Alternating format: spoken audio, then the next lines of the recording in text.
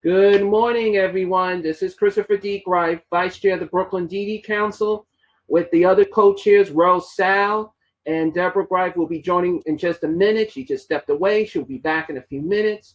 I'd like to call the provider information meeting to order.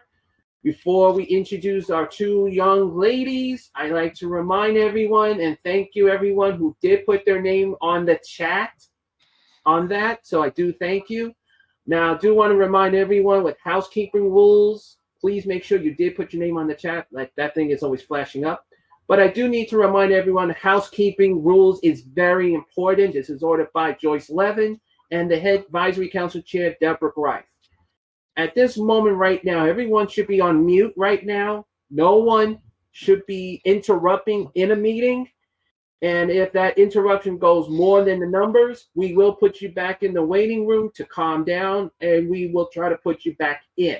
We are also reminding everyone, the only one should be unmuting themselves is the co-chairs. That's Rose Sal, Deborah Greif, and me as the host on this account. So please, let's have courtesy and respect to the meeting at this moment. So remind everyone, the mute button is available. Camera, if you want on, it is your choice. Panel button is there. Just note that the number you're seeing might not be correct because they might have one or two people or a group. So that number is not correct. Please ignore it and don't get yourself upset. That's for the co-chairs, especially the provided one, because that's still not the correct number. Second thing is some of you who are on computers, your hand raise procedures are on, should be seen on the bar. You can raise your hand. Please try to make sure you see it. It's also available in your panel system if it's there. But please note, people on tablets and cell phones, you don't have it at this moment unless it all of a sudden popped up. Please make sure that if you have a question, please put it in the chat so I will see it and I will identify you from there. So please make sure. And there is a more button. I will suggest not to go to the more button unless you're going to the chat, the hand raise, or anything else. Please, everyone, let's try to also please use the hand raise so we can identify yourself. And I hope to see a lot of people have good questions today because we do have a good presentation today. So just to remind everyone, that's where the hand is on that. Now, it is my greatest honor to introduce the two young ladies, and I also want to welcome to the Winter Wonderland of the two co-chairs, provider co-chair Rose Sal and parent co-chair Deborah Greif. Ladies. Good morning. Rose, are you? Good morning, everyone. Welcome. I'm Rose Sauls, and I'm the Division Director at Brooklyn Community Services. I am the co-chair for the Family and Provider Information Committee, along with Deborah Greif. Good morning. I'm Deborah Greif. Yes, I am the co-chair for this committee. I'm a parent. I'm also the secretary for the Brooklyn DD Council, but you all also know me as the chairperson of the Brooklyn Family Support Service Advisory Council and Brooklyn member to the statewide advisory council. I welcome everybody. And I also want to give a special thanks to Christopher Greif, who's the one keeping the computer program so that we can see each other and enjoy this beautiful winter wonderland. And thank God you're facing Brooklyn. Right, Rose? Right, I agree. He's our tech man. We're proud of him. Yes, he is. And he's doing a wonderful job. Thank you, Chris. Yes, Chris. We all thank you. Thank you. Now, that's why I muted because I didn't want to interrupt. Thank you. I'll introduce our first one, ladies. Please do. Ladies. Okay. Yeah. Some of you have been asking me this on email for the last, I'm going to say, since Thanksgiving. So I'm going to introduce a very famous young woman and with her staff, who's here today as well. Before I do that, Madam Chair Deborah and Madam Chair Rose, can you please mute yourselves so we don't have chain reaction microphones? Thank you. I'd like to introduce these two young ladies, and as we travel a little bit over a bridge to another bridge, yes, they're from Suffolk County, but I always love putting this picture up. Vanessa Laco, director, and one of her other staff. Forgive me, I think it's not easy to say names. But Vanessa, I know you're there. I saw you smiling, and I see you working. Like I can hear all that typing. So Vanessa and with her colleague, you're here. Yes, thank you so much, Chris. I am so grateful to be here. You know, I love participating in on your meetings, and I love to do it at least twice a year. So this year we did it twice, and I am very grateful to be here.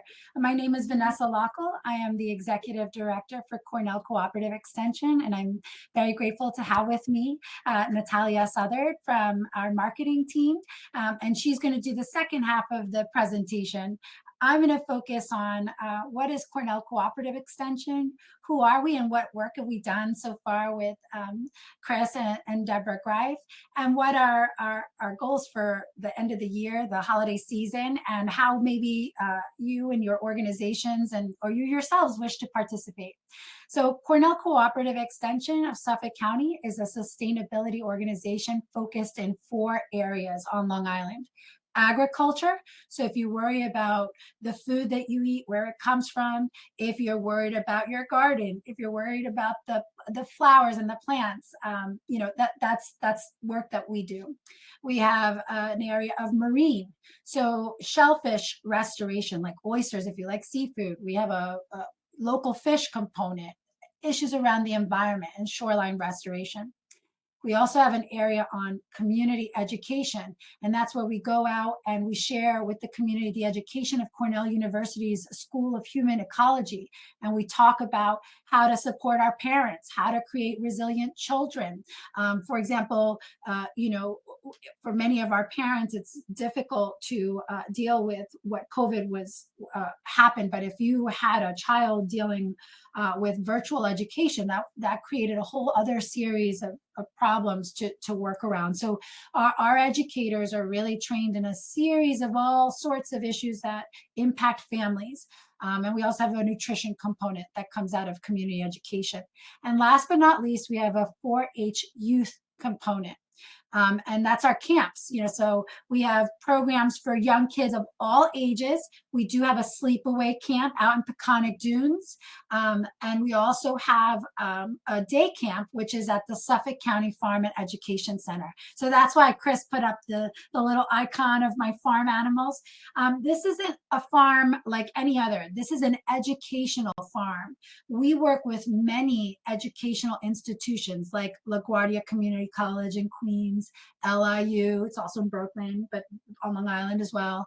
And those are just some, and Suffolk Community College, BOCES. And what we do is we provide programs for education and learning around agriculture and working with animals and livestock. Some of the other programs that we have on this farm, because this is a 272-acre property out in Yaphank. You could take the train right to the train station. We can pick you up. You can come visit us if you ever want to. We could do a trip coordinated just for this group. But we work with many groups, like, for example, Independent Group Home Living has a program on the property. These are people that are acquiring job skills, and they work on the property for us in the beautification effort. So any plants or little areas around the property that you see that have been beautified, that belongs to that group. So this is an opportunity for the region to know and learn more about agriculture on Long Island. How do we get our food here? And also working with animals, not just from the standpoint of livestock, like on a farm and where our food comes from, but also from the standpoint of mental health. There's many different programs that we work with. For example, we work with our seniors and different hospitals. We bring bunnies out and they provide like a mental health component. You know, sometimes, you know, there are difficult conversations to be had, and it's hard to have it with a stranger. But when you bring a bunny, or when you bring an animal like a llama, and it gets children talking, gets adults talking, and it makes the conversation possible. So much is possible at our Suffolk County farm. We have thousands of visitors. It's free. It's open from 9 to 3. And it's one of those places where I feel like I'd love more people from the city. I'm born and raised in Queens, but I would love more people from the city to come all the way out to Long Island. Don't be scared by how far we are in Yaphank. There is public transportation that gets us right to the farm. We can do day programs for you. We can do all sorts of activities. We have been working with the Long Island Railroad. It's where Chris Greif, Deborah Greif, and I first met as part of the ADA. And Anthony, everybody knows Long Island Railroad ADA Task Force, which was so great. I was so great to be a part of that team. But we are working with the Long Island Railroad to try to open transportation way from the city into the Yaphank train station to have more people come out and learn. Why is this so important right now? What we learned about COVID is that there's very few spaces that are COVID safe. This is one of those places that is COVID safe. It's outdoors. It allows for people to be there. You can bring groups. It is also a place that provided a lot of awareness for where our food was coming from. You know, with everything that's happening now where, you know, imports and exports are so difficult, we are really beginning to look at our local markets, our local foods as a number one resource for where we're getting our food. You can't go to the supermarket as much anymore and get maybe a certain fruit or a vegetable off season. Those things are going to start to really become difficult. So we love the education that we provide, the resources that we provide to either give you the tools so you can become a gardener, you can learn to, you know, grow, and there are programs around that for young people and adults, all the way to just having an appreciation for what's on Long Island. What are the farms that are out here? What are the industries that make us relevant? And what are the staples that we should be taking advantage of? We should be eating more shellfish. We should be eating more seafood. And what are the ones that are in season? So this is all the stuff that comes out of Cornell Cooperative Extension. In the chat, I put down our email, our website, so you can go on there and see all the stuff that we have. It's hard to explain everything that we do. There's so much.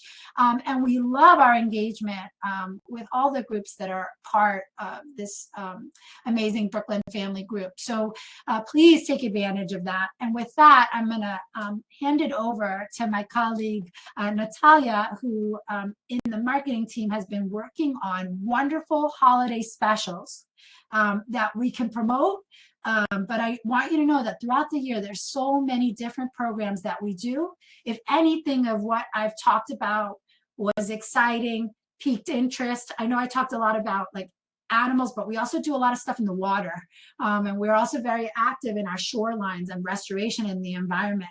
If any of that speaks to you, your employees, your clients, your membership, don't hesitate to reach out to us because we'd love engagement. We love expansion.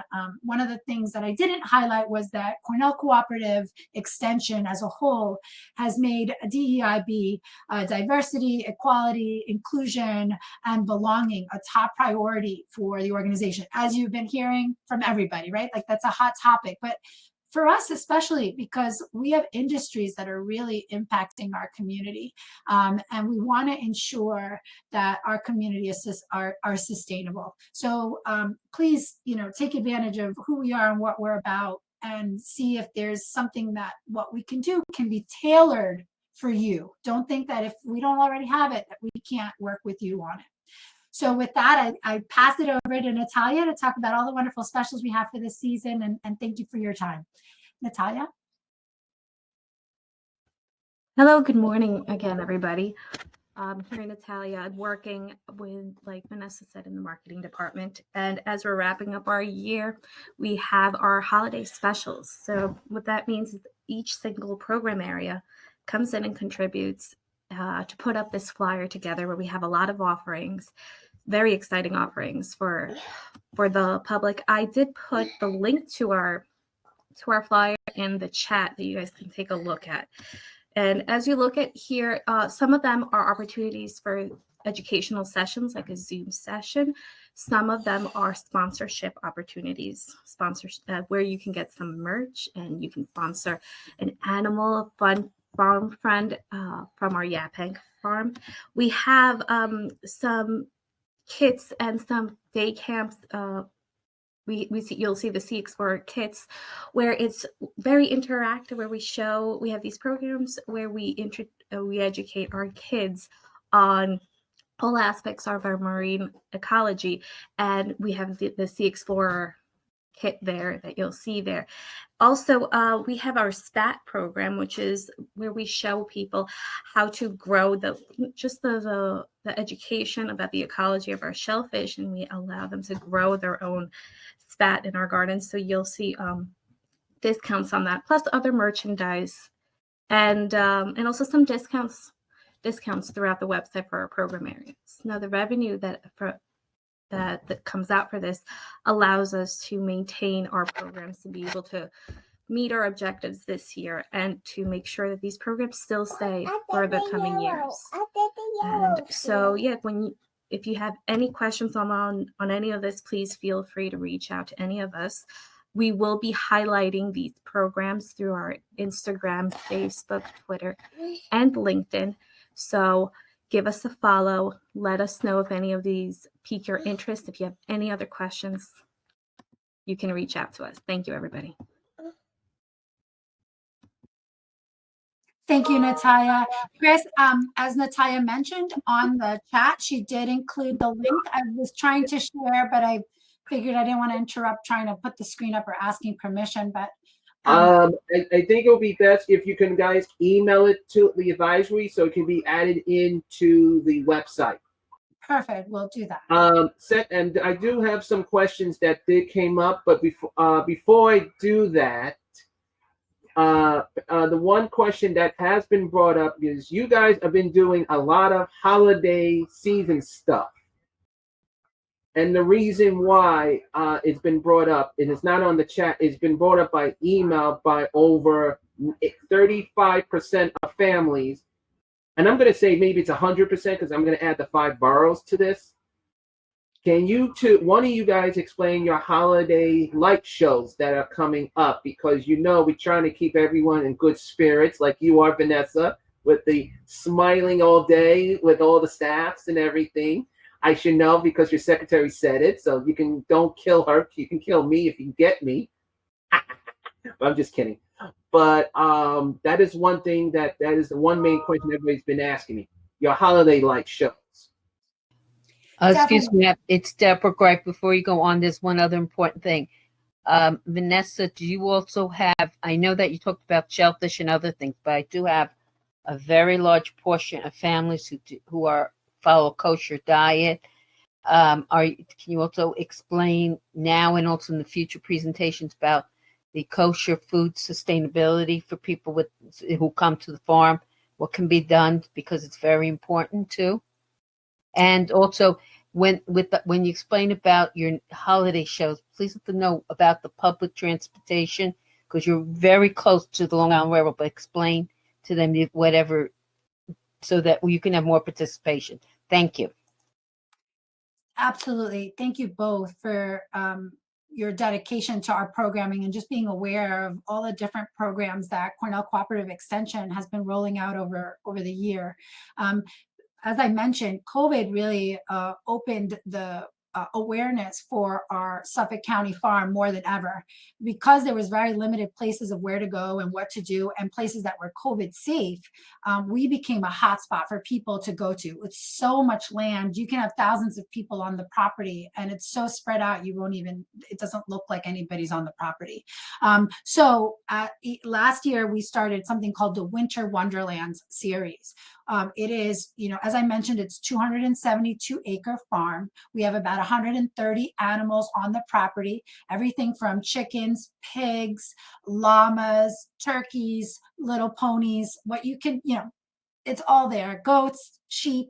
We do things like goat yoga. So that whole property gets put up with lights and winter themed. And you can walk the property. And there's different activities around the property. So if you have young kids, you may be doing a lantern, so you can walk around with a little lantern around it. There's a photo op opportunity with our cow. And it's really cute because it's a different thing to do during the holiday season.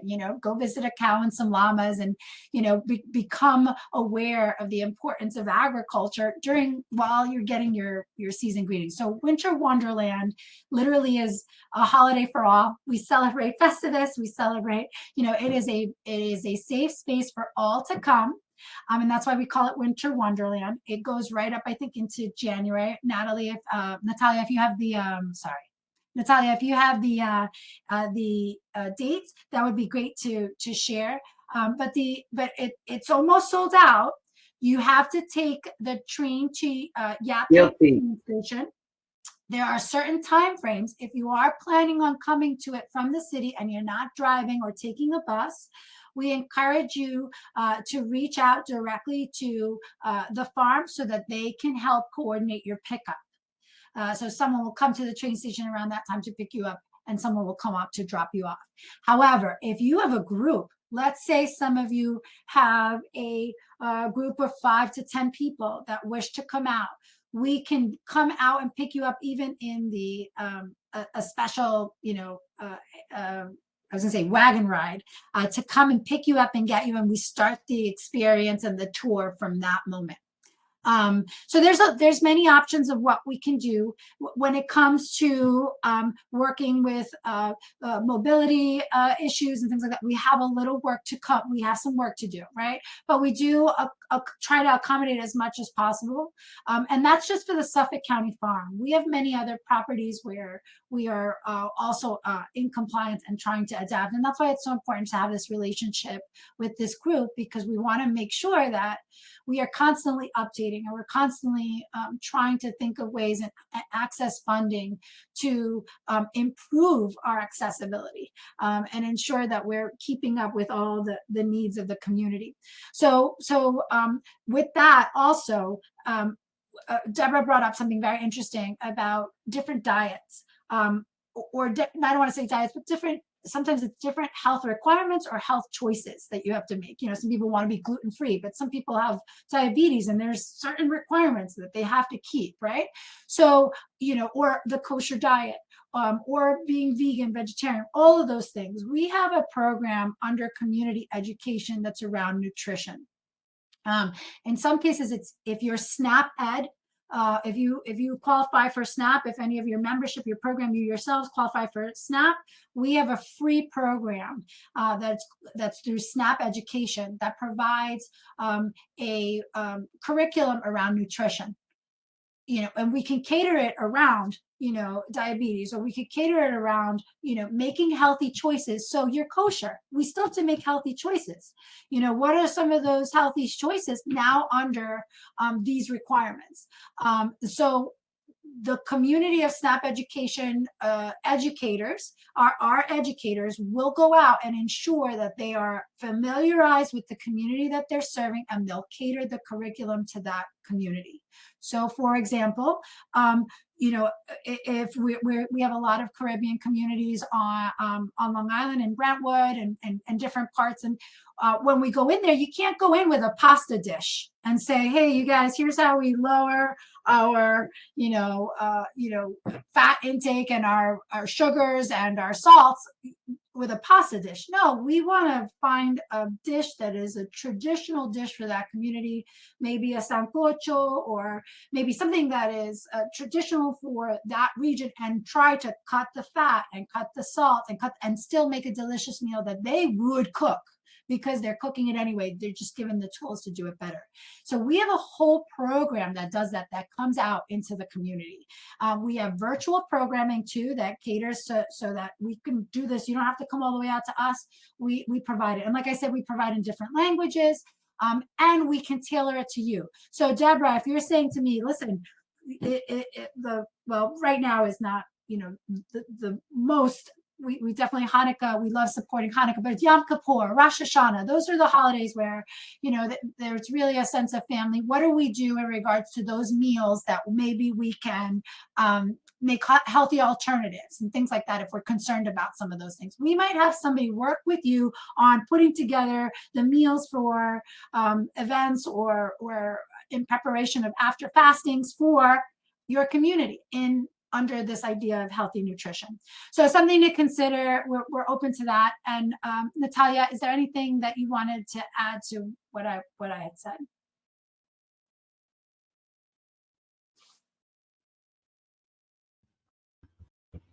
No, I think you really covered everything, Vanessa, under the umbrella of everything that we do. And just another thing that I would like to add is that, especially our nutrition program, it's all also research-based information. So we get our sponsors and our funding comes from the USDA. So this advice that we're giving out, that are the advice, insights, and tips that our educators are giving out, it's not coming because of their ideas or their thinking up necessarily. This is coming from backed empirical research that is being done in nutrition and passing it on to the community. So it's a trusted source of advice, which is very much needed in an arena which is nutrition, where there's so much advice, so much out there, but we are one of the trusted sources for it.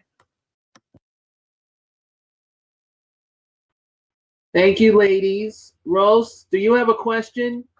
Provided co-chair, because I know they gave like an army question, the longest question in history. Go ahead. No, this is great. Thank you, Vanessa, and thank you for being on, Natalia.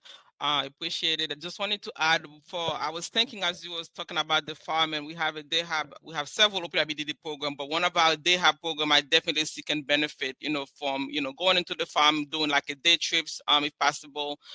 So I'm going to send your information to our program director to kind of coordinate with you and see how we can that set up. And I'm also interested in the nutrition portion too. Would your team be able to come out to Brooklyn and go to our program and do any kind of like maybe workshop or training for our direct support professionals that are working with our people, people of support? Absolutely. We have virtual programming that we could provide to anyone.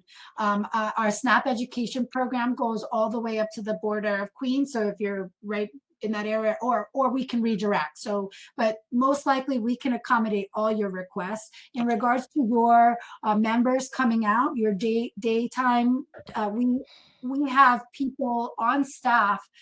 For example, our coordinator that works with the IGHL group, they will be there on staff to receive your group and support a day long, however long activities catered around to your community. So if, for example, you want to give them a skill that they walk away, something vocational, a farmer for a day concept, or if you're just bringing them to see the farm, that in itself, like I said, it is therapeutic to be on the property. There's a lot of space to see the animals, and we have other programming. We have things like goat yoga. We have like I said, we are working with the animals around mental health. Like there are some programming around cows and hugging cows. It's crazy things, but like during COVID, it really opened the doors to a lot. And for children, and I don't want to say just children. We work with children, but it was everybody. You I've also had work with adults too, because I was there, Vanessa. For the record, I did see a lot of individuals from an agency that doesn't handle Brooklyn, but does handle Queens and the rest of Long Island. And I have to say, it was very organized to see that. It was nice to see that. Yeah, and I would like to tell you, Vanessa, that I saw your one-on-one staff with a young girl who was in the autistic spectrum, and I was very impressed with your staff being patient. But just one thing I want to add, I understand your SNAP Ed kit because I get that regularly. I read all of it up. But I think we need to have a separate conversation because of the issues with certain diets between religious and also health and allergies. So another time we need to just sit and we need to talk and do it virtually so we can make certain changes to help more of our families. And also I think that's brilliant. too. I would love to add that. I would love to add that to my goal for 2022. And Natalia, if we can bring that back just under the area of DIB and accessibility, the kosher diet, or just being aware of religious diet and maybe having programming around that. Long Island has a huge Jewish population, and I don't think we've even ever had that discussion. But something to add. You'll know because COVID brought in a lot of hosts of problems. And for people with disabilities, they were delivering meals. And most people with allergies, they had to end up giving us kosher, whether we follow the kosher diet or not, because it was easier for them to stick straight to the diet. It was a lot easier. Thank you. Thank you, Deborah. We will take that into consideration in the coming year. Rose, did I answer your question about Yeah. coming out? Yes, you did. But are all your groups provided virtually? Are there any in-person groups? We have in person. You do have. Okay, great. We have some in person. But let's connect and let me Sure. put you with the right person. Unfortunately, COVID has turned us to virtual, and when recent things, sometimes it's not our educators, it's the group that we're going to visit.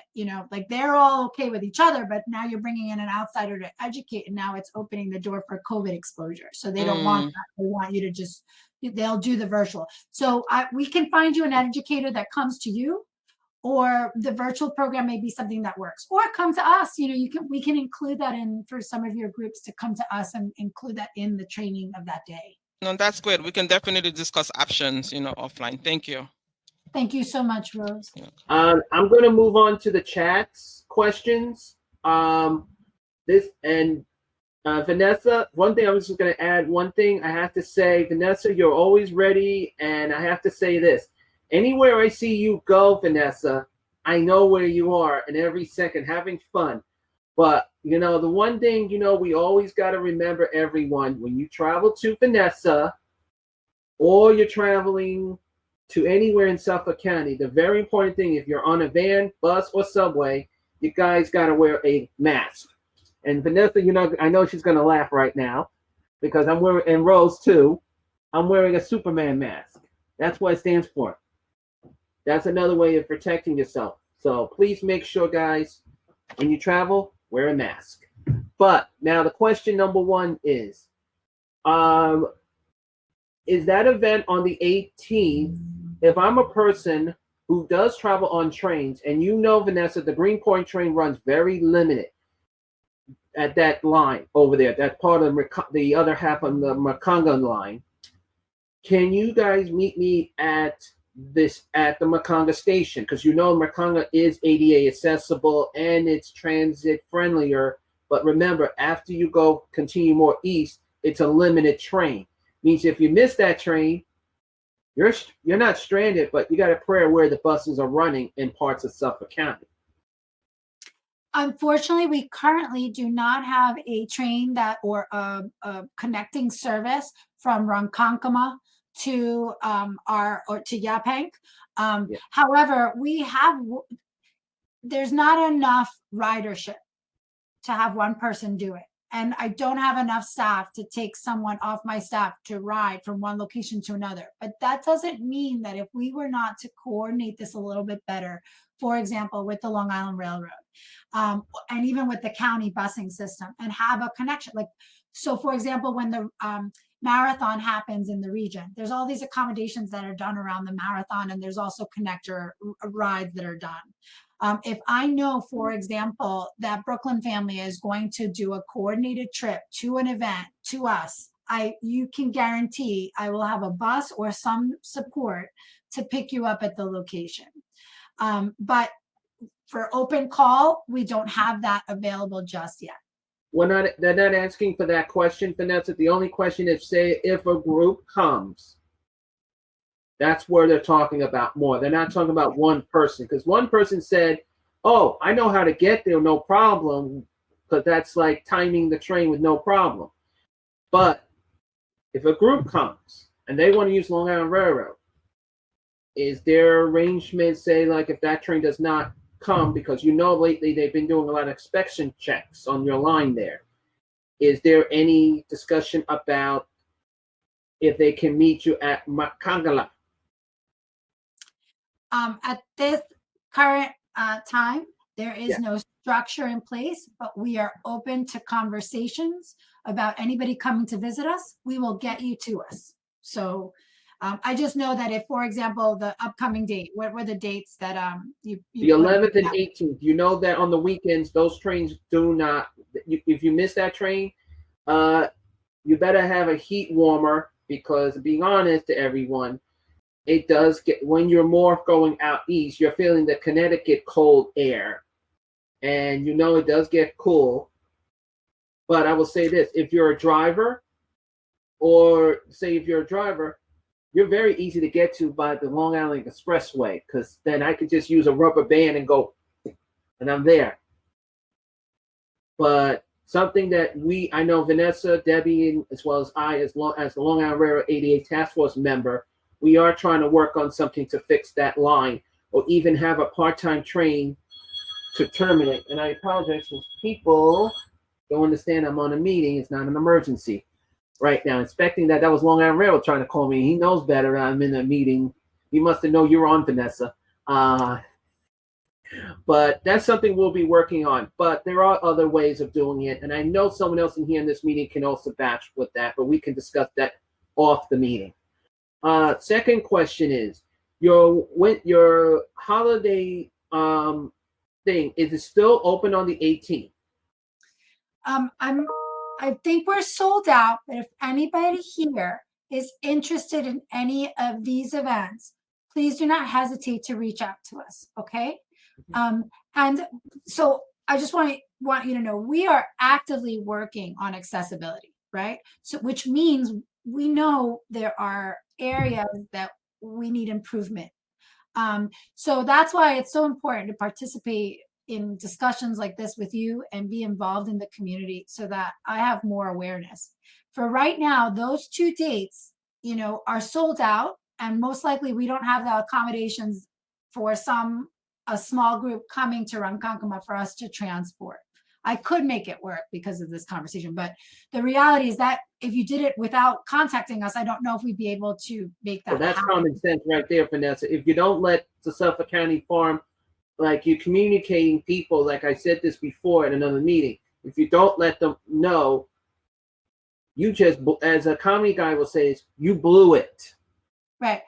But in the city, for example, if I wanted to go to the Bronx Zoo, I take my train, I take my bus, and that's it. If the bus isn't, I got to figure out, am I Ubering? Am I walking it? What am I doing all the way out here? You figure it out. But out here, it doesn't really, we don't have that level of public transportation that allows you to mobilize yourself other than Uber. But I do want to say we did have a meeting with, was it 511 Share? 511 Share, Natalia, I think yesterday we had and we are constantly looking for ways to think outside the box to get people to us.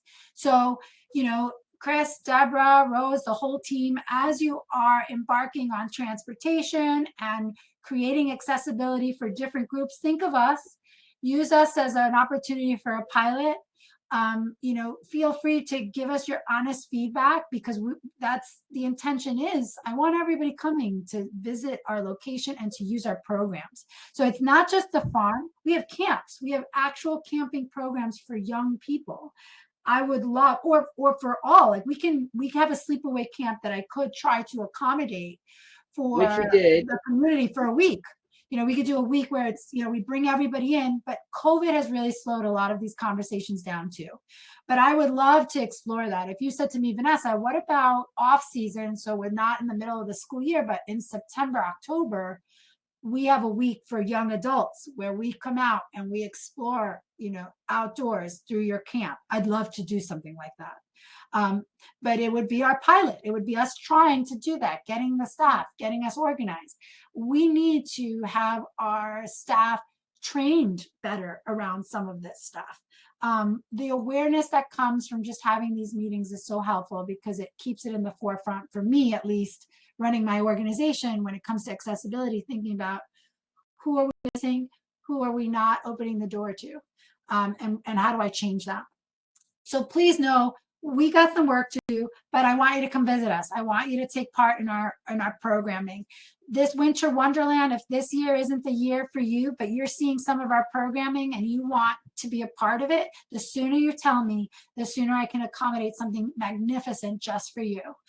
So with that, thank you all so much. We're here for Vanessa, questions. just to let you know, you already answered 2 of the questions about camp, but there is an adding piece to the camp.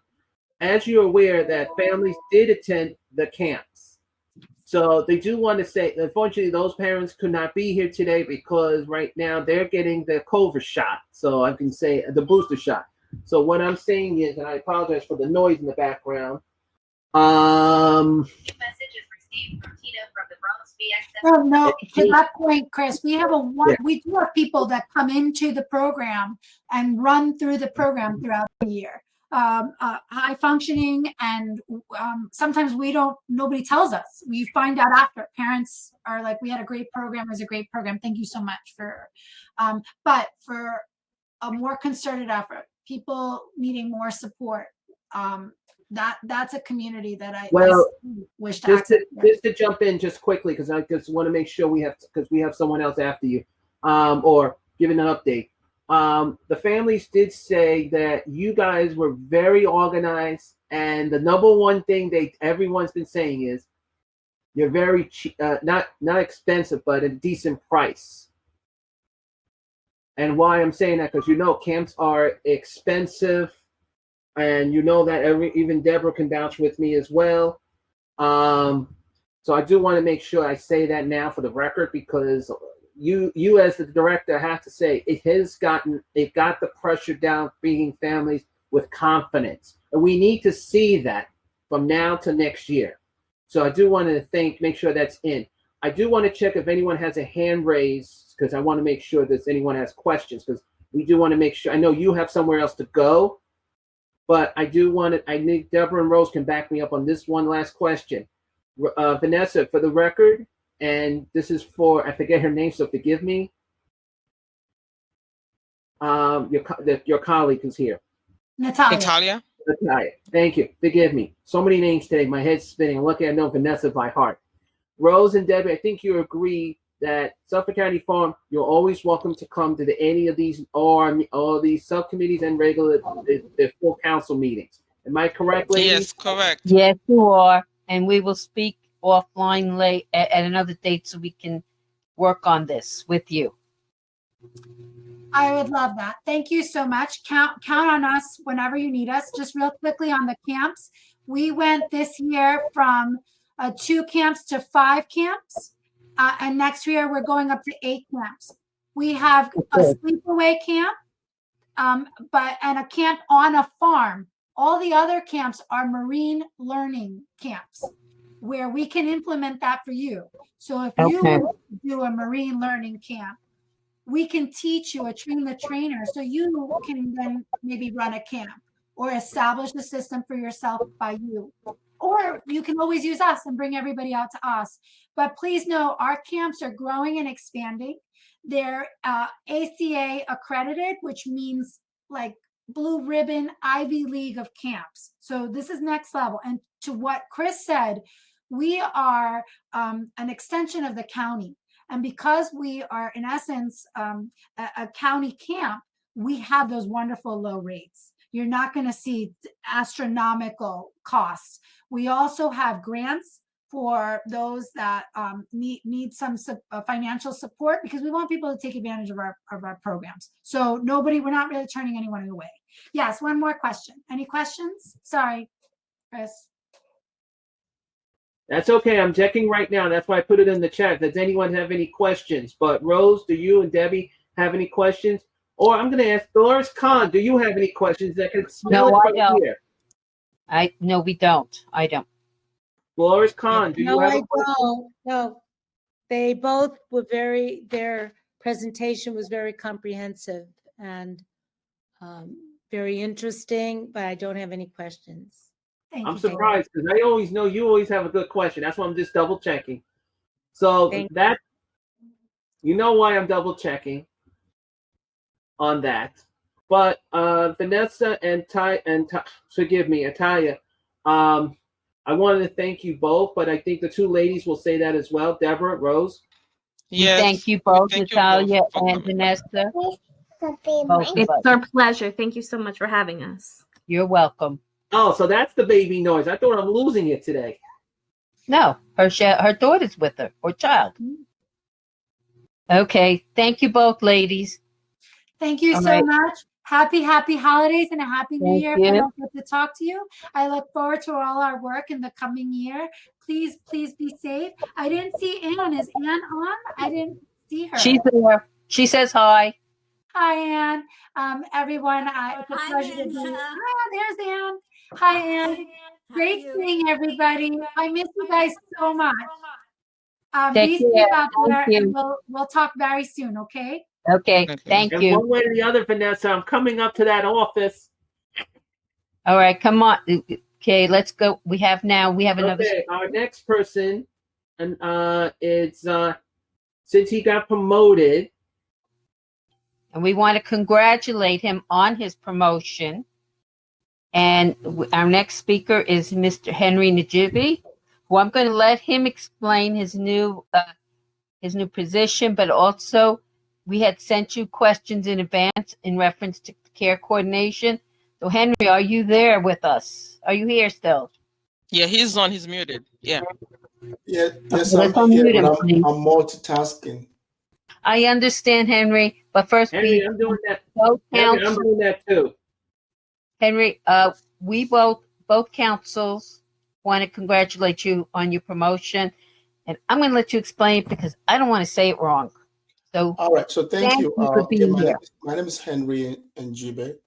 In the New York metro area, Manhattan, Brooklyn, Bronx, Staten Island, and Queens, we have what is called care coordination support liaisons. Right now, we only have 3.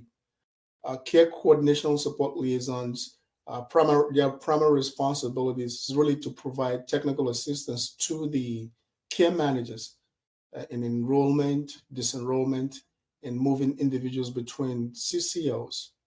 But also when there are issues between care managers and families with referral activities, we can also intervene to reaching out to the CCO leadership to resolve any of those issues or complaints. And so for those 3 CCSLs, I am the functional supervisor for all 3 of them. OPWDD has what is now called functional supervision. So instead of having district response, targeted positions where I work in Brooklyn, I work in Manhattan, I work in Queens. We're trying to make it standardized where across all boroughs we have the same supervisor and the same tax. So there's uniformity in the way we approach each of our responsibilities. So anyway, so I'm the functional supervisor. I do have state process tax in all the boroughs in emergency situations. And so that's basically it. So my responsibility is to show up, be present, and really we have what is called monthly leadership meetings with the CCOs. And so when we have complaints or trends that I can get from here, we can take it back to the CCO leadership, and so they can be aware of those. And if there's questions or issues that I can address, I will. If it's something I have to come back and respond to, I will take your questions and come back to you. I did get an email regarding a few questions about what type of instrument are required to for clinical evaluations for children under 18 or above 18. And there's no specific answer to that. Clinicians are trained to determine based on the individual's specific level of functioning, what they present to determine what instrument to use. So one may be different from the other based on their level of functioning. So that's what they're trained for. So I can't say you use this instrument or that instrument for this person. So it's not really age specific, it's individual specific. I think it's a better way to put it. So if a parent is not happy with or the results, I mean, they can also request to have it redone, or they can try someone else, another psychologist. So, but there's no specific instrument that is required for to to test someone. I believe that's for those nonverbal or verbal, that is a different category. The instrument is specific or what they can use to train to test.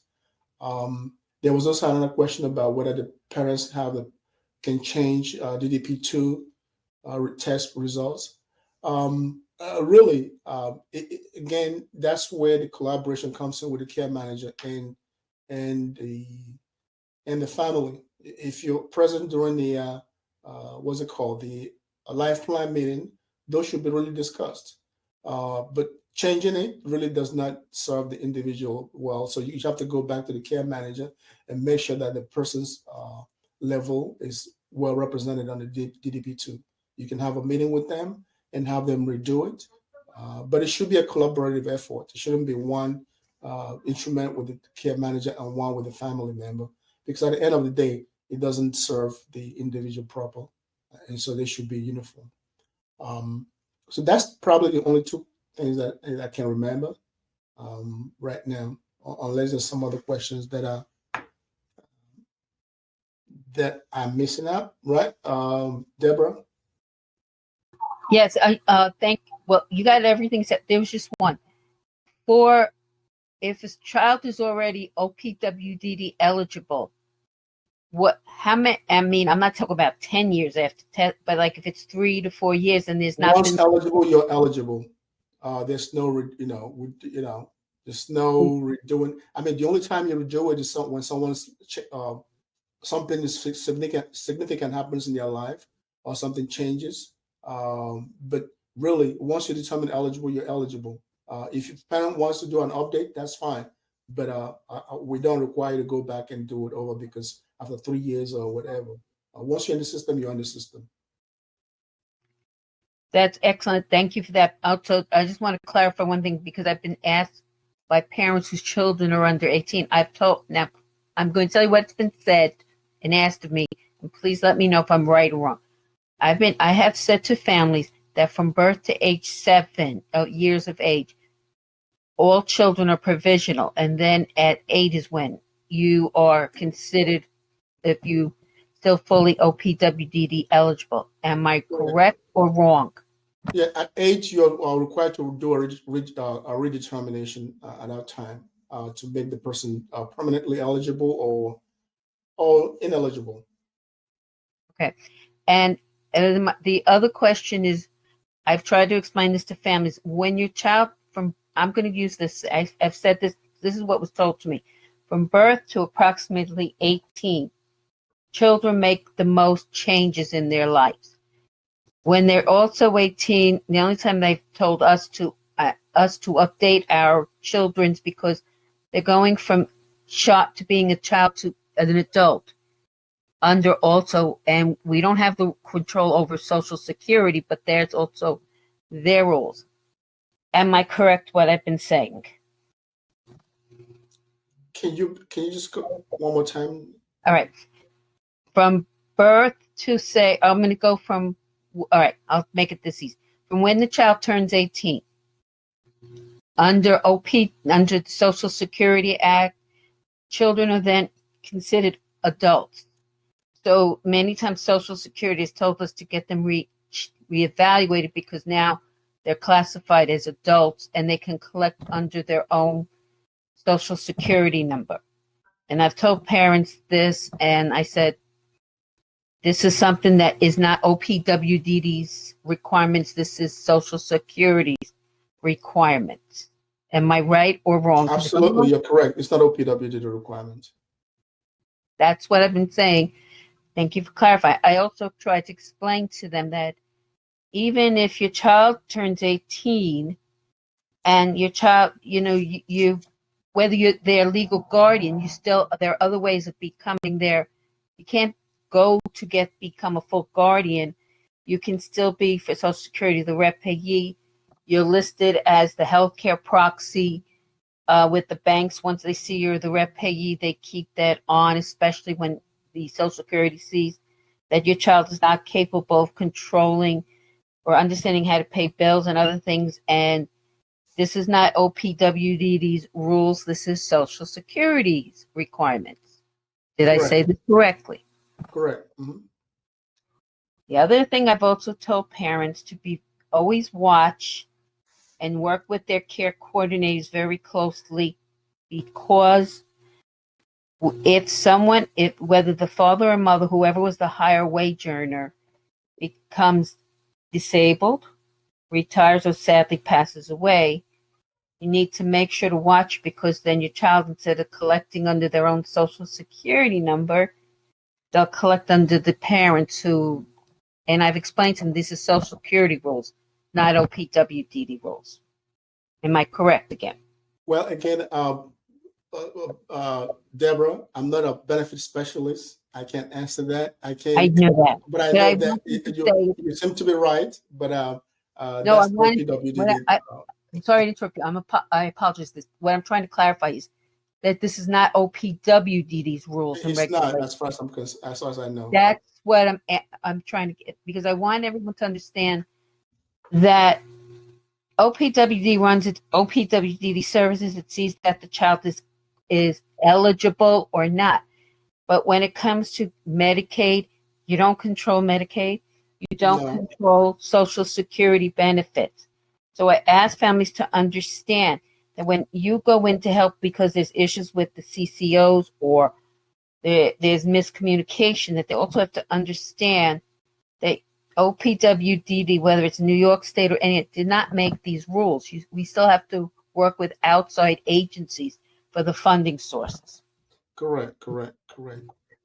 Thank you. And That's what I I didn't don't want clarify. to cut you short, though. I have another meeting at 11 o'clock. Sure. And it's hitting that time for me. I don't know. Yeah, we do have one person, Henry's hands up, and That's that me. I know that was Dolores Khan. Correct. And I didn't forget you, Hi. Dolores. Whoa. Hold on, Dolores. I didn't. Slow down one second. I gotta ask Rose first, then it was you. I didn't forget you, Dolores, but I do have to check co-chair first. I don't want to be disrespectful to the committee. Rose, do you have any questions? No, Chris, thank you. You could let Doris and Marielle go, because I know Henry is pressing for time. That's No, Okay, not Marielle. Not Marielle is today. Marielle is to answer your question. Dolores, go ahead. Hi, Henry. A quick question. Yes. And this question is regarding evaluators who do evaluations. Is it still acceptable to do a virtual evaluation? I have evaluators who don't want to go into the homes yet, and they're doing it on virtually. So I want to know if that's still acceptable. Well, it depends on the person's level of eligibility. Yeah, from my understanding, it depends on the level of function of the individual, and if someone there to assist. I don't see no reason why you can't do a virtual testing. No, I just want to know if it was still acceptable. They were It doing is, it it is, during it is. Corona. I just want to know if they were still accepting that. It is. Thank you. Thank you. We do have one more person, Ms. Sanders from Care Design. Do you want to add something quickly? You'll be the last person. No, I see Ms. Sanchez hands up. Yeah, I did say Ms. Sanchez's hand was up. That's what I did see. See, on my end, I can see hands. Yes. Hi, Henry. We just wanted to know, like, as far as care management, what is your recommendation when we send SARVs for new services? Like, how can we follow up? Sometimes we send emails to the inbox, or directly we are aware of the front door facilitator, but sometimes in Brooklyn it's taking up to 60 or more days to receive a response from the DDRO. Well, again, I think most of the confusion is that they're contacting the wrong person. The first thing though should go into the mailbox, and then if you're not getting a response, then you go to the supervisor. Currently, supervisor is Brenda Stallings, and I believe Ms. Charmaine Clark is the other person. So you can go to them individually and email them. Sometimes I get an email, but it shouldn't come to me. I have no, So once they send it to the mailbox first, and then with giving it the number, I don't know what the turnaround time is right now, maybe 2-3 weeks, then they can contact the supervisor directly, Ms. Brenda Stallings or Ms. Charmaine Clark. Okay, sounds good. All right. Henry, Thank you, I Henry. thank you very much. Thank you. So please make sure you send me the meeting, this meeting regularly, so I can put it on my calendar. Yes. Sure. And I'll try to be. Henry, you know me by now. I will send it to you like a dictionary book. All right. And you're a wonderful day. Thank you so much. Appreciate Thank it. you, You Henry. too. Take Thank care. you. We Take appreciate care, it. Henry. Thank you. Okay, bye. Rose and Debbie, do you have any updates you want to bring up? Okay, well, I will tell you that the statewide, we are working on changes for reimbursement. We're trying to make sure that family reimbursement, I know this OPWD wants it universally, but the statewide understands that we want the basic concept to stay the same, but we want to make sure that certain reimbursement categories are kept. Right now, everything's in draft, and as soon as we know anything more, I will share it with everyone.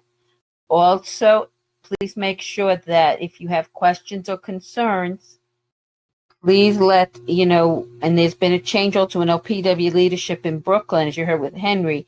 I've asked Lucy and Nina to send us soon, when they can, the updated charts of who's who and the phone numbers and emails.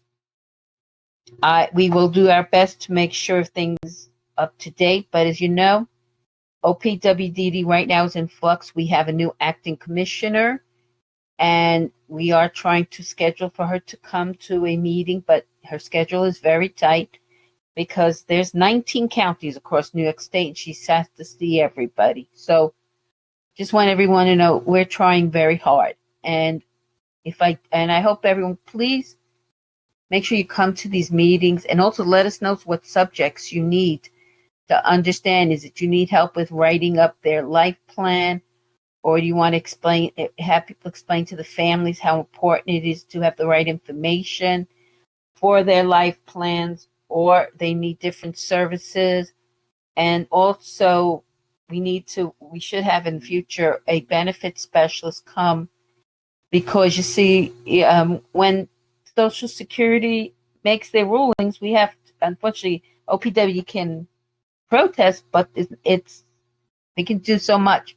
But also, I just want everyone to know in New York City, it's known as AHRC, but nationwide, it's ARC, and they have a massive campaign to have all of Social Security's, especially affecting people with disabilities, changed and updated. The income levels are still too low, which will affect when you as a care manager want to put a child who's capable of maybe doing a work program or going to work. We don't want them losing their Medicaid coverage, and we need to have that we need to get the funding up.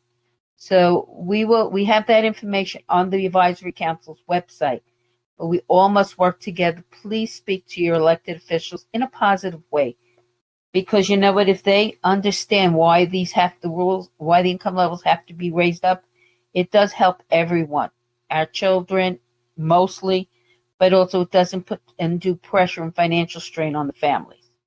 That's all I could say. I hope we see everybody by next week. Rose, you have anything you want to add? Thanks, Deb. I just wanted to recap for those of you who were not on the call for the last meeting that we've met on 11/10. I don't know if you had a chance to listen to the recording. I feel like there was a lot of valuable information. Lucy Omezi was on the call with us. So if you want to get more information about the last meeting that we had, I think, Chris, the recording should still be on, right? If anybody wants to listen to the recording for the last meeting. It's still there. It's still available on the YouTube channel page and on the website. Okay, because there were a lot of changes. Because those committees, those videos are not going anywhere. So I will mention again in the next few minutes on my end. So thank you. And also, Rose, we did have someone from Medicaid as well did speak. Mm-hmm. Yeah, that's what I'm saying. That, so because I know Maria Quesada was here, she did share a lot of information, so it'd be good to listen to the recording and and get that information via the recording. There's a lot of changes happening for providers. There was a webinar. I don't know if there's any other provider agency on the call. There was a webinar regarding all the COVID stipend that's coming on and the longevity bonuses that's coming on for DSPs. So the webinar was already provided on December 2nd. I believe it's going to be posted on the OPWDD website if any provider agencies are interested on how that funding is going to be distributed across all provider agencies. There's also a survey that's going to be submitted to provider agency in order for them to be able to receive the bonus. And I believe that's all I have, Chris. Okay, and Rose, just sharing one thing. Our next meeting, before I do that, does anyone have any questions for Rose or Deborah?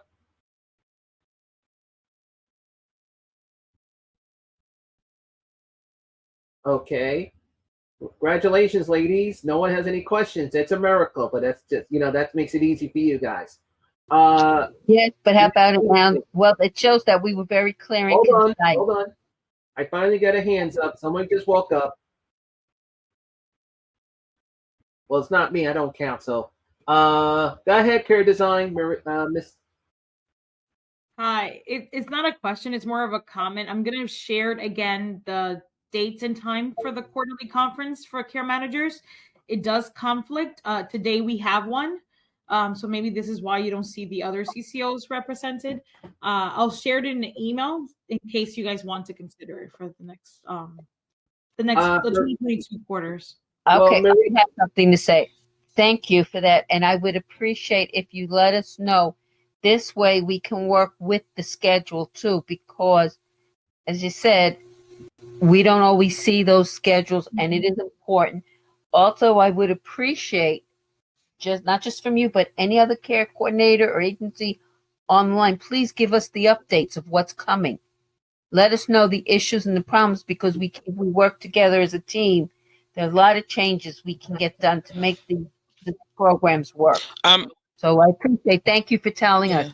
And please let us know the dates so Rose and I can meet with Chris and Joyce and we can set up different dates. Yeah, I'll share it after. Thank you so much for that. One thing, I'm just going to add one thing, Rose, before you continue. It's kind of funny that Care Design, you saying that, because today the Bronx DD Council had all three CCOs were there at their Bronx DD Council. So to be honest with everyone, I understand they have a training, and remember, we're also dealing with the holiday season. That number you're looking at, and I did remind everyone in the beginning, that number is not correct. We did have today's attendance was 20. You had a parent group on. That's why I was reading questions, because I asked those parent groups that come from schools, if you have a question, just email it to me, which they did, and I keep them privately, because that's the way we have to keep, it's not easy to get them right now during the school issues right now. But at the same time also, I have seen it's nice to see them attending the Bronx DD Council, Manhattan DD Council, and I'm just going to say, and Brooklyn, but I don't see them in Queens that very much. I do see you, Care Design, more. So I do compliment you very strongly that you do attend. So I do thank you. But as this is recorded, they didn't miss the meeting. They're going to see this meeting. They're going to learn more from the recordings. And that's why that's what it's called recording minutes on that. So just to add that question. Rose? Yeah, to your point, Debbie, I just want to add that moving forward, we can always use Henry Najibi as a liaison for us, since he is going to be attending those leadership meetings to kind of, discuss our monthly meeting and encourage CCOs to participate. I think he'll be the best, point of contact, in order for us to get more CCOs to participate in our meeting. I agree, Rose. And I also want us to get another important thing that I remember when you and Ernie McNutt were co-chairing the MSC. We need to let the agencies also know which of our programs for our families who live at home, what programs are open and available, and also we need to let them know about any changes for day habs, for people to sign up, or not, whether they're being virtual or non-virtual. Also, where to get if they need to have additional testing because the child's turning 18. And also, if there are issues with START, we need to know that so we can always, because this is a family and provider information committee, we need to we have to share our information. So we need to really make it really strong to everyone that we all have to work together, because if not, we won't have an OPWDD and we won't have services. There are other states that have done away with a lot of OPWDD services. And we cannot let this happen here in New York State. Excuse me, there is a question that was brought up to me just now. And this is actually related to the next month's meeting. Are you guys going to invite education for next month, school education? Can you ask them to please qualify what they're saying? Because education. As you're already aware, we already know this answer from here. I can even tell you the answer. As you're aware, there are still issues with schools right now. As you know, we don't even know the Children's Committee is going to meet next week, which that will be mentioned in the next few minutes. But they want to know the rights of IEP, how to be, any new advocacy procedures in schools, because there is some school issues in District 75 and non-District 75. And it has been brought up in all 5 boroughs and Long Island as well, and Westchester. It's not just here in the city. It's almost half of New York. Okay, I can answer that being a retired parent member. The IEPs, whether the schools like it or not, is an actual contract. That is the contract. So the first important thing I ask every parent, I've always said, read the first page, check to make sure all that correct information, your personal information about the child, and who is their contact information, and check where their disabilities are, educational disabilities. Because understand something, this is for school. Now, if the child's supposed to get related services and they're having issues with that, because it will say on also page 2, you look through to see and look at the goals. And if you don't see anything you completely understand, that's a problem.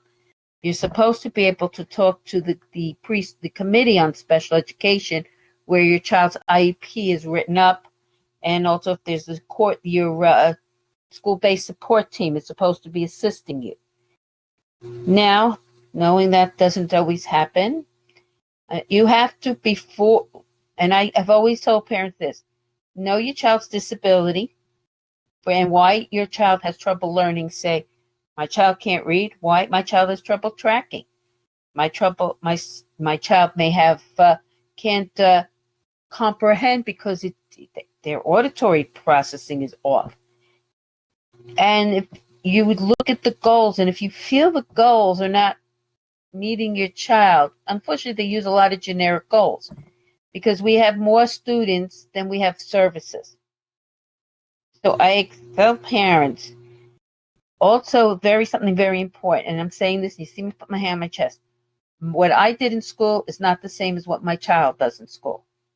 We are all individuals, and that's why it's called an IEP, Individual Education Program. If they're in preschool, it's the preschool. Now, you also have to be where does your child learn well in a large setting, or forget it, they can't handle it. If your child has other issues like can't go to the restroom by themselves, or they need help getting on and off the bus, school bus, or there's things you have to check. Also check the medical pages and any extra comments. You have to look through the whole thing. You have it easier one way than parents in my age group because they used to write everything by hand, and half the times we couldn't read it. If you don't feel it's correct, you have the right to appeal. You have the right to first in writing request another meeting with the school-based support team. If they're giving you a hard time and keep fluffing you up, that's when we get advocates to come in to assist you. Why? Because they wrote the IEP. And also make sure on page 2, you actually know who was signing with you. even if it's done virtual. Witness. What? Right. You have to make Witness. sure witness, but no, you have no. Who participated in the meeting with you and what day was it? Now, if you, sadly, I have to also now bring up this part. If you have not answered back, whether it's in writing, remember, it also goes by when you put it in writing, whether it's email or you write and send it by regular mail. It takes it's more than 5 to 10 business school days. So that's another thing you have to be aware of. The most important thing you have to remember is that you also have to be able to be in communications with the school. That means even if you're not happy with it or you don't feel, oh, my child, what our children do in school is completely different. We're trying, this is so they can learn, but you also, we have to, our responsibility is to work with the school, whether they do it or not with us, but to make sure they let them know you are a presence in your child's education. And it doesn't matter if they're 3 or they're 21 getting ready to leave the Department of Education. And when parents don't respond or say, no, I want my child to be able to go out to work or not, you got to first be realistic. If you're not comfortable with the testing that was done by the school, you do have the right to submit your own testing. So I suggest that we will have to have, we should ask Chris Treber and others who are very familiar so we can do a separate meeting to break down how to do this. To answer that question quickly, because I want to make sure, because Rose made me want to answer also. Yes. We do have a speaker at this moment may attend next month's meeting. I don't want to say it because it's not announced yet. No problem. But I just want to. But I don't want to say Chris Treatment right now also because I have spoken to him. Right now, he might be busy, but let me also let Rose, you want to add something? No, I totally agree. I would like Chris to come to our meeting because he is more savvy and aware of what's going on with the education department. But I think we can probably consult with him and move that for maybe February meeting or so. We may have a speaker next month regarding education. I think we need, Rose, we need to have as many different education speakers because. So let's talk about the topics for next month offline, right? So let's brainstorm together. Sure. Thank you. Rose, you and I are on the same page. I second your motion. Okay, one thing I forgot to add on. Okay. Also, since most of our families have access to the internet, go on the Department of Ed website and read their IEP guidelines, and also go on the UFT website and check their guidelines for special education, and also then go on to the New York State Department of Education. Those will help you very much. So I forgot to mention that. We will make sure those links are on the website by this weekend if possible. Okay, Christopher? Does that help them? They said thank you. Let's try to move on because it's around 11:23. Who's oh, Rose, do you have anything you want to add? No, that's because I don't have any announcement. Okay, I'm just gonna just remind people, Rose and Debbie, you want to mention next month's meeting date? It's right here. At the moment it will be, you want to say it, Rose, or you want me to? How about you both say it? Okay, it's Wednesday, January 12th. We ask everyone to try to get on by 9:30 so we could start the meeting on time. This is the meeting ID. This is the codes and stuff. Now, also, we'd appreciate if you also want to send us ideas for upcoming speakers or issues or problems. And that goes anywhere from education to OPWE services, even benefits. Let us know because we're all supposed to work together as a team. Rose, do you agree?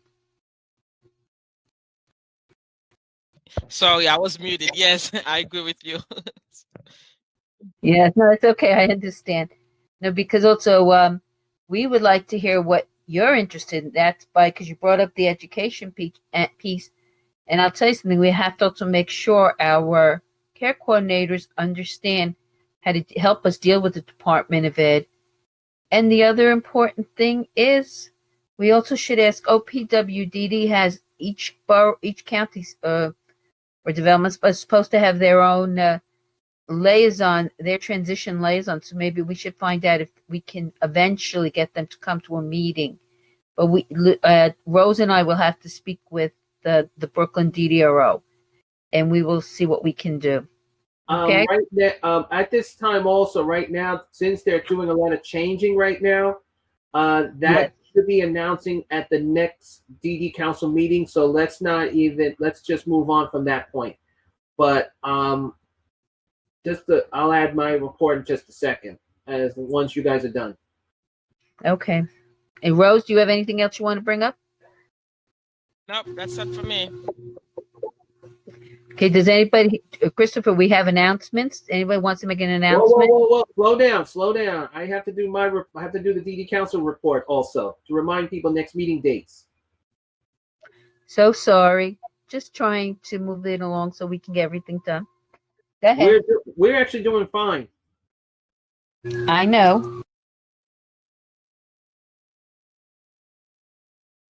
Getting back onto our meeting schedules, as a reminder, please make sure that you will see this copy, and this is also located in our email, the advisory email. Please make sure you look at it and make sure you copy and paste it and make sure it links to your computer. And a reminder, everyone, please make sure you update your software. As you're aware that Zoom, RingCentral, and WebEx are being updated, we ask you to please make sure your system is up to date.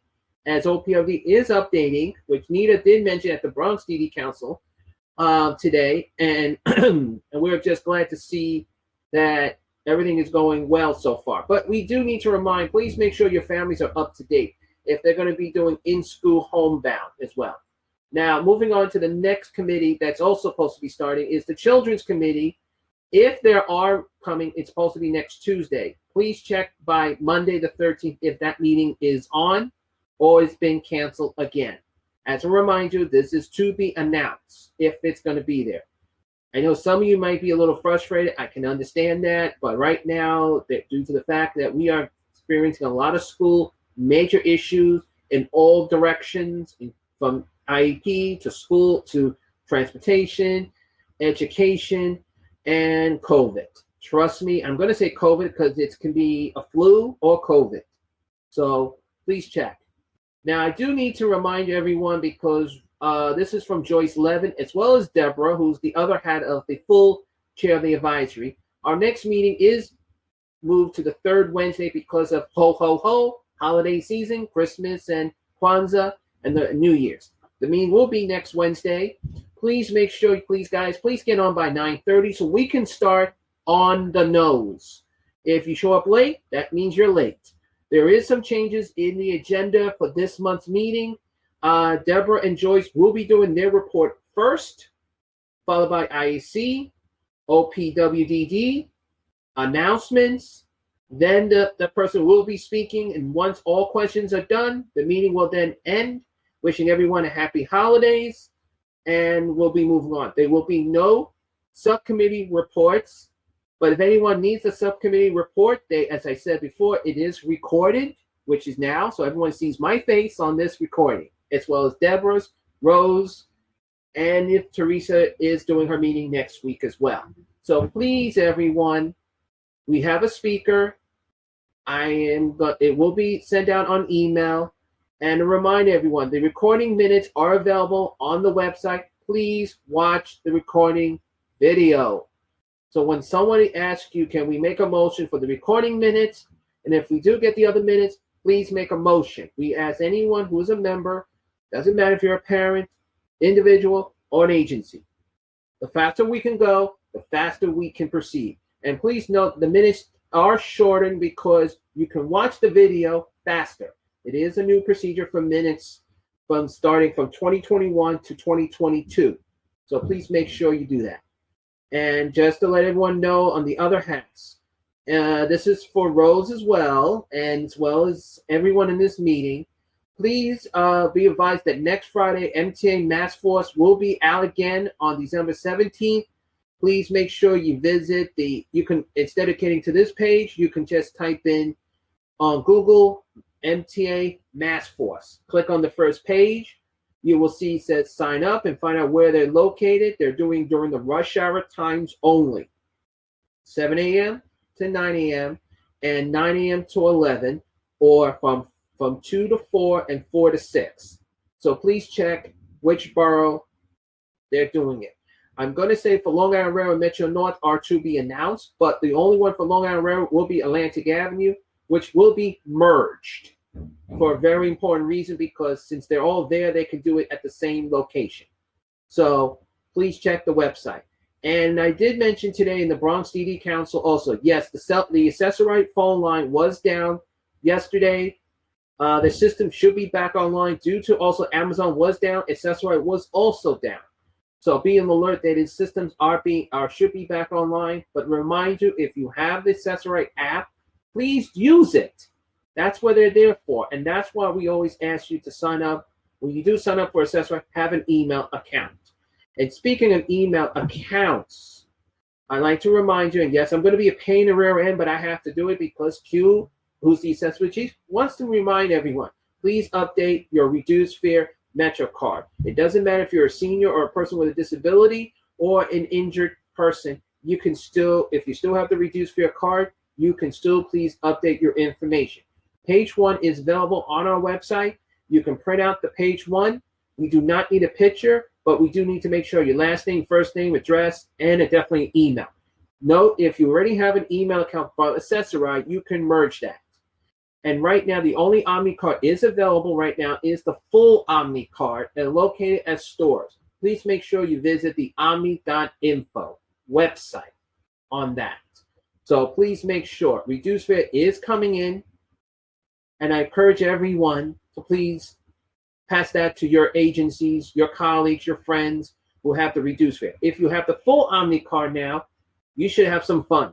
Yes, there is a $5 charge, but guess what? It's to activate it, and make sure you sign up for the card as well. That is for the full Omni card, which is available to use on the subways and buses, and yes, the express bus, SBS, and local buses. It will be announcing soon on the Long Island Railroad and Metro North coming soon, and Accessorize when reduced fare does come on.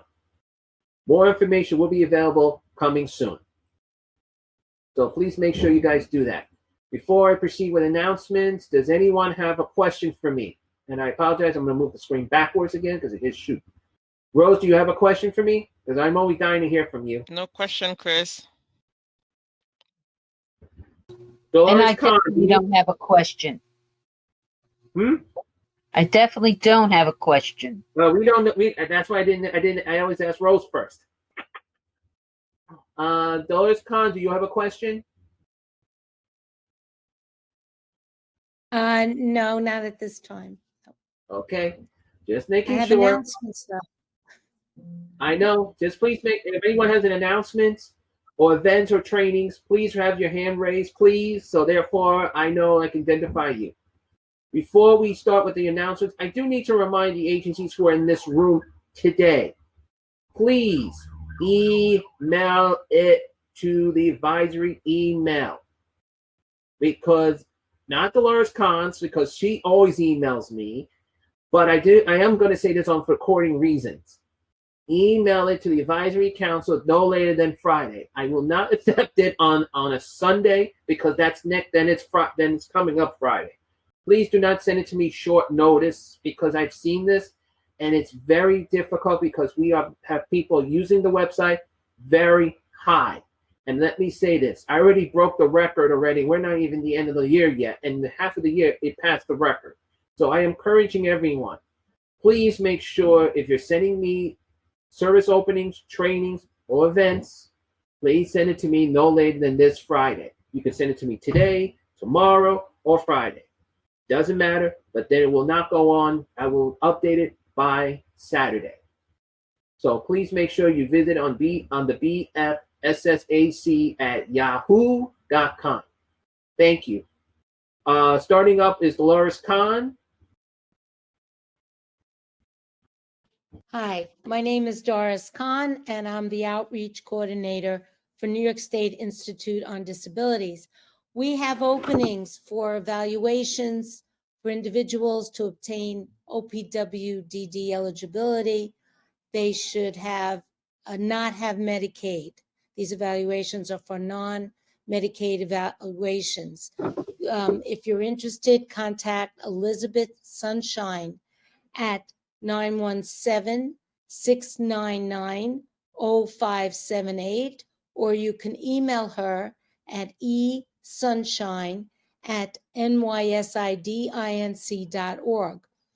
We also have openings in our crisis management services, which is directed by Juliet Hawkins, which she has spoken at this our meeting before.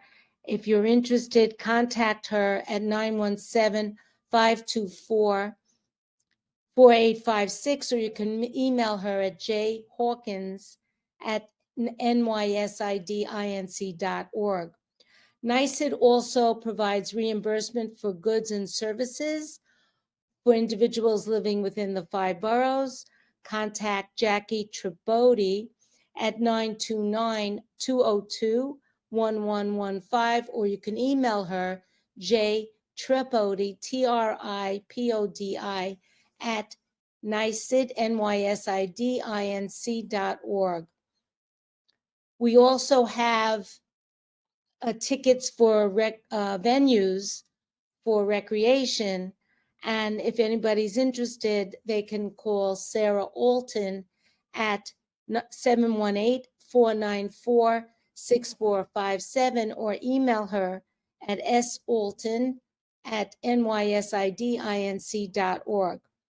NYSID also provides transportation services for medical appointments or for recreation activities in Brooklyn, Bronx, and Staten Island. If you're interested, contact John O'Grady at 917-747-9424, or you can email him jo'grady@nysidinc.org. Thank you. I put the numbers and contact information in the chat. Thank you, Doris. Appreciate it very much. Oh, Doris, just Doris, yeah, there is a One question for Dolores. Go ahead, Deb. Oops, sorry. Deb, you got to re-unmute again. Okay. For the venues, please, which venues and what is required for the families to request tickets? Thank you. Excuse me, could you ask me that question again? There was a construction going outside. I had to close Sure. my You window. ready? Okay, here I go. For the like the tickets for the venues to go to somewhere. Can you please tell me what is required for the family to do to get that? What must they do? Because I understand contact, but what else? They have to fill out an application. They have to be OPWDD eligible, so they have to have a number. And they fill out an application and they send it in, and you can choose on the application will be the venues that are listed, like the Bronx Zoo or the Intrepid, and they choose that and they submit that. With the application, so they would have to submit an evaluation or an IEP, something to determine if they're eligible.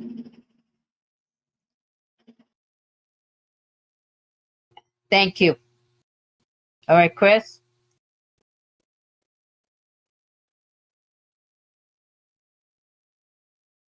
I'm here. Okay. Laura's question that has been brought up with transportation. If a person wants to go from Brooklyn to Suffolk County, is that still in effect if, say, they want to go out there? Okay, they don't or go Nassau to County? Suffolk County. Huh? I will have to say that they do not go to, as I know, they do not go to Suffolk County, because I had asked this question before. They do not go to Suffolk County. It's within the 5 boroughs. So that means they don't go into Nassau as well. No. But can they still go to Green Acres Mall? That's I'll tell you, Chris, I'm going to have to ask.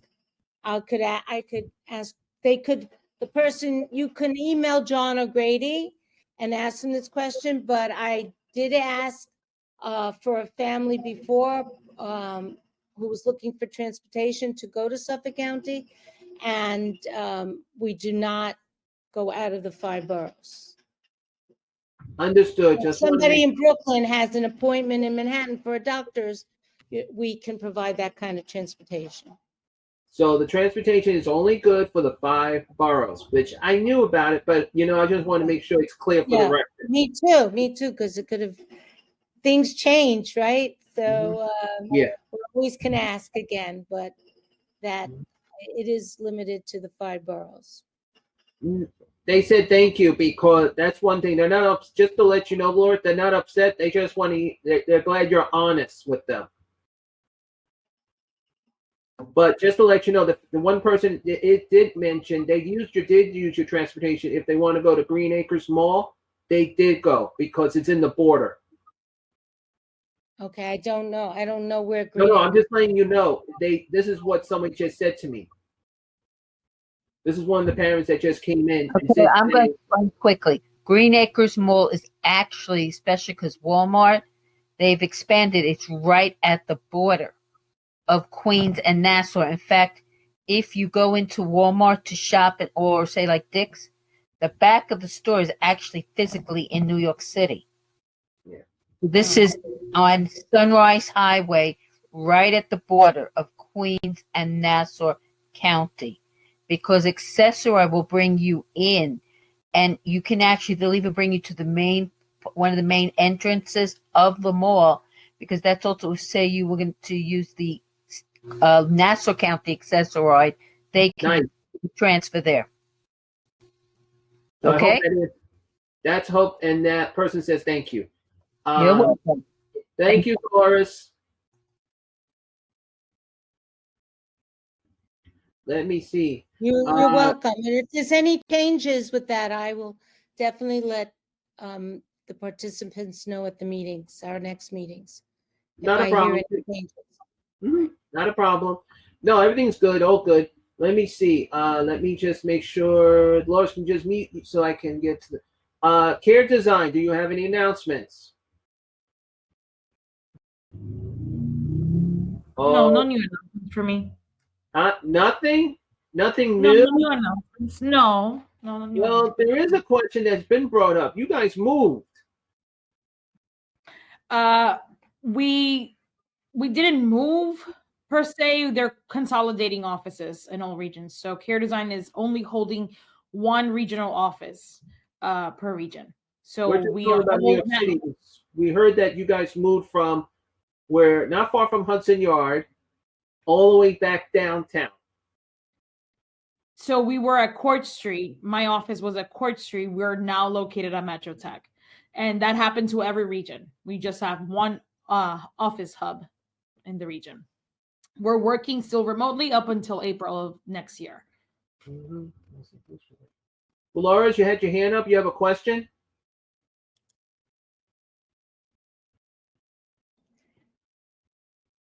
You just put your hand up. That's why. Yeah, I want to clarify my answer to Deborah and everyone. To get tickets to outings, you fill out an application, and you have to attach a current level of care of eligibility determination or a full psychological report. So one of the other. So if a child has an IEP, that in order to have an IEP, you had to have a full psychological. The parent would have to attach that psychological report. If the child's in another program and they have a current level of care eligibility determination, they have to attach that. Okay, and also Yes. the child has to live at home with the family because this is family support service. Correct. Very good, Deb. That's right, too. I should You're have mentioned. welcome. Yes, please let's always, any agency, I know I'm not picking on yours. I want the agencies also to understand. Family support means that the child's living at home. That's why we have these wonderful programs. If they're in residence, they're in a different category also for OPWD. Thank you, Doris. I appreciate it. Thank you. Okay, Chris, see who else has an announcement. Nick from PHP, are you there? Nick? I know you're there. And Yeah, I'm guessing, you were right. I'm here. yes, I know you're here. I saw you coming in. And Nick, you're number 12. Good morning. My name is Nick Even LeGrew number from for me Partners today. Health Plan, and I'm one of the outreach associates that. I'm what? No, I was just saying, thank you for making an even number. Oh, no problem.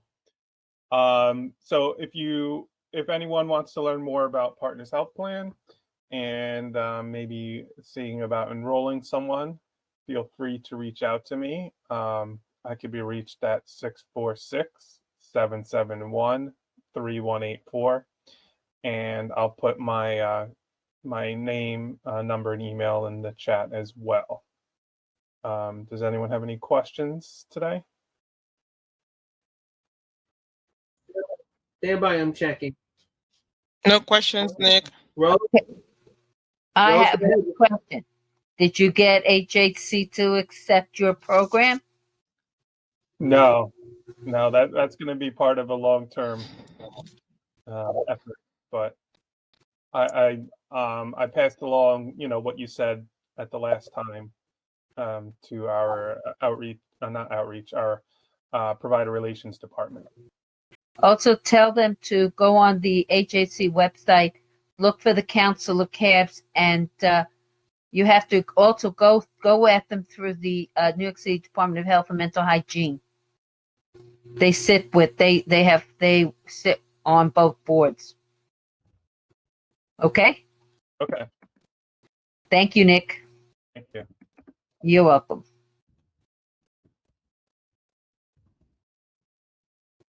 Your turn, Chris.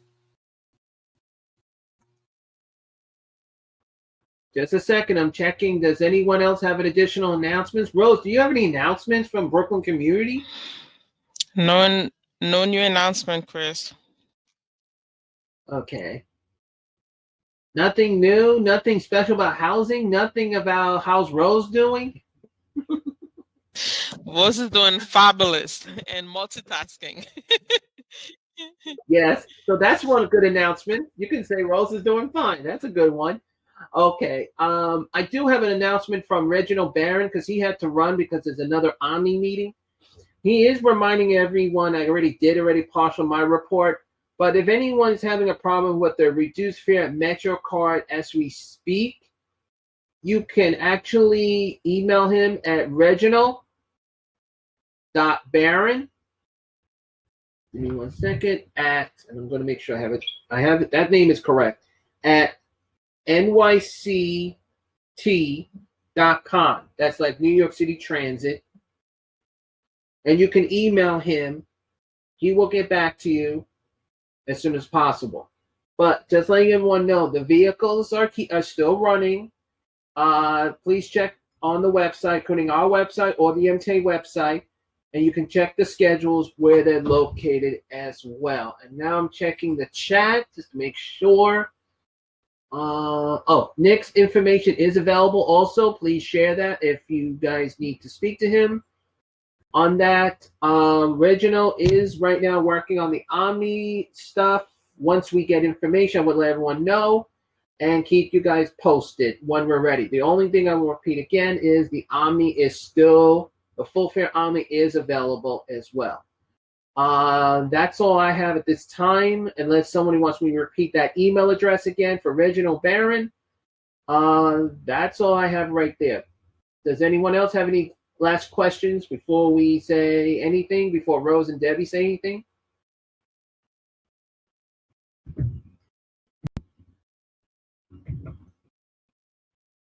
And now I can see everyone around the whole world.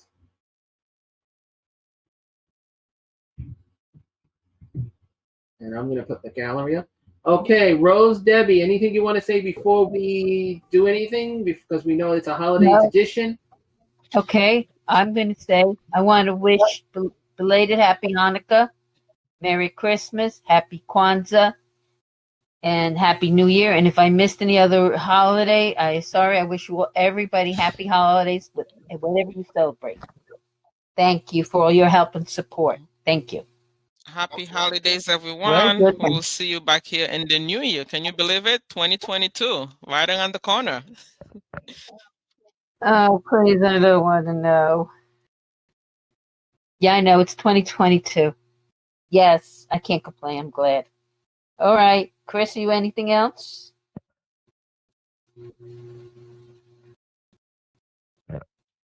Okay. I don't know. I'm looking for him. I don't know. Well, Is Chris coming back on, or are we done? Chris is still here. well, where were you? We're asking you. Where are you? My system is a little. My system just went jammed. Somebody's trying to come in, but it has a virus in the system, and I told that person I have to ignore that person.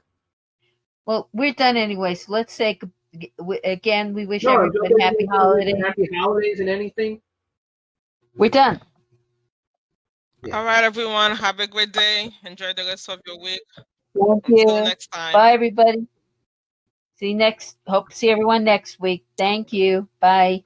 Bye. Bye. Bye. Happy holidays. Thank you. You Happy too. holidays. Happy holidays.